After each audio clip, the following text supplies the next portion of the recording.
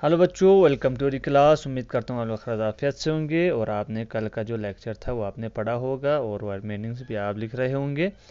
तो बच्चों, आज हम लेसन को आगे बढ़ाएंगे।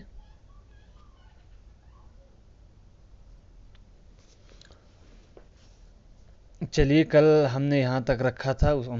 स्वामी विवेकानंद जी कहते हैं कि वे जहाँ जहाँ भी जाते हैं उनको अतिथि बना लेते हैं, जिस घर में भी जाते हैं। शिकागो में हेल का घर मेरा केंद्र है। उनकी पत्नी को मैं माँ कहता हूँ, उनकी कन्या मुझे दादा कहती है।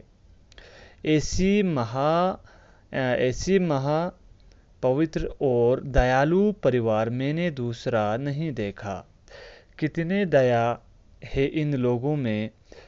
आखिर अगर खबर मिली कि एक गरीब फला फला जगह कष्ट में पड़ा हुआ है, तो बस ये स्त्री पुरुष चल पड़ेंगे उसे भोजन और वस्त्र देने के लिए, किसी काम में लगा देने के लिए।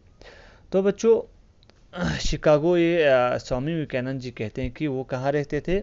शिकागो में रहते थे। ठीक है। और हेल जो था, वो कहते हैं कि हेल का घर उनका केंद्र था, वो हेल के घर में रहते थे।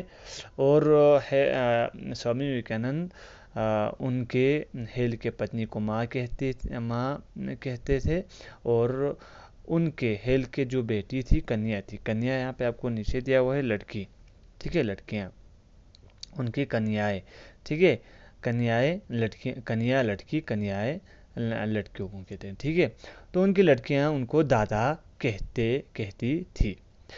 तो वो उनके बारे में, हेल के परिवार के बारे में कहते हैं कि एक ऐसा महापवित्र और दयालु, जो दया करते हैं सब पे। ठीक है, ऐसा परिवार उसने दूसरा नहीं देखा।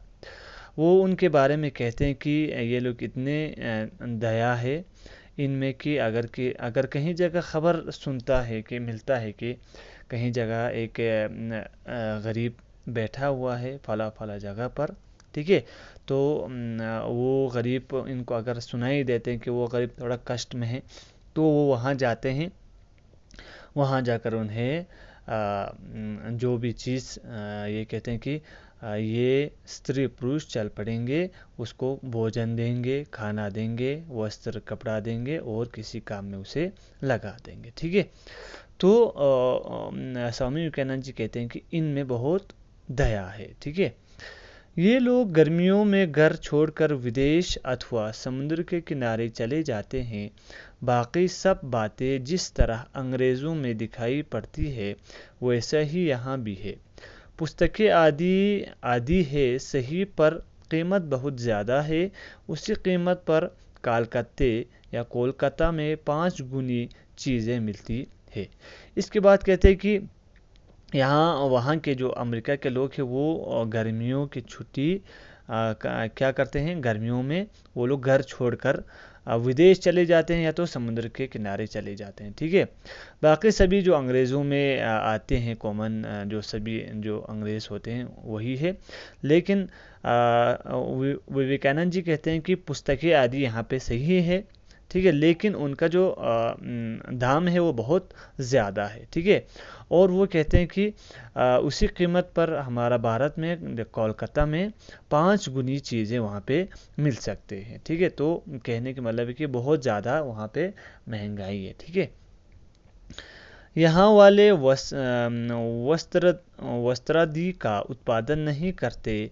ये कलपुर्स, औजार आदि बनाते हैं और गेहूँ, रुई आदि पैदा करते हैं। यही चीज़ें यहाँ सस्ती मिलती है। तो ये कहते हैं कि यहाँ पे जो कपड़े हैं, ठीक है, कपड़ा यहाँ पे नहीं बनते हैं। तो हमने पहले भी कहा था कि गर्मियों जो गर्म कपड़े हैं वो कहाँ से, यूरोप या हमारा इंडिया से मांगते हैं। ठीक है, ले जाते हैं क्योंकि उनको वो सस्ता मिलता है। और वो कहते हैं कि वो लोग को कलपुर्स, औजार आदि बनाते हैं। और यहाँ पे और कहते हैं कि गेहूँ, रुई आदि भी वहाँ पे पैदा करते हैं। ठीक है। यहाँ पे ऐसे ही चीज़ें यहाँ पे क्या है, सस्ता मिलता है। यहाँ फल कई प्रकार के मिलते हैं, केले, संतरे, अमरूद, सेब, बादाम, किशमिश, गेहूँ, किशमिश, अंगूर खूब मिलते हैं। हाँ, आम, लीची आदि नहीं मिलते। और विवेकानंद साहब कहते हैं कि अपने लेटर में, पत्र में कहते हैं कि यहाँ अब वहाँ का फलों का बातें करते हैं अपने पत्र में। वो कहते हैं कि केले, संतरे, अमरूद, सेब, बादाम, किशमिश, अंगूर सभी मिलते हैं, लेकिन आम, लीची वहाँ नहीं मिलते हैं। मुझे पत्र लिखने का विशेष अवकाश नहीं मिलता। जहाँ तक व्याख्यान आदि का प्रश्न है, उन्हें लिख कर नहीं देता। तो विवेकानंद साहब कहते हैं कि उनको पत्र लिखने का अवकाश नहीं मिलता। अवकाश मैंने छुट्टी को कहते हैं, ठीक है, नीचे आपको दिया हुआ है छुट्टी। और व्याख्यान भाषण को कहते हैं। वो कहते हैं कि वो जो भी भाषण देते हैं पहले प्रिपेयर नहीं करते हैं, ठीक है। उनके सामने उनको एक टॉपिक दिया जाते हैं, तो वो पहले उसको लिख कर नहीं रखते हैं, बस जब भी स्टेज पे जाते हैं तभी वहाँ पे बोलना शुरू कर देते हैं। उन्हें लिख कर नहीं देता, बस खड़ा हुआ और कह चला। हमें समाज में, संसार में चेतना का संचार करना होगा। सुस्ती छोड़ो और कमर कस कर खड़े हो जाओ। उठो, जागो और जब तक लक्ष्य तक ना पहुँचे जागो, ना रुको। और स्वामी विवेकानंद जी कहते हैं कि हमें सुस्ती नहीं करना चाहिए अपने लाइफ में, ठीक है। हमें अपने कमर कस कर काम करने के लिए खड़ा हो जाना चाहिए। जब तक हम अपने लक्ष्य तक ना पहुँचते तब तक रुकना नहीं चाहिए। जो अपना ही स्वार्थ देखता है आलसी है, उसके लिए नरक में भी जगह नहीं।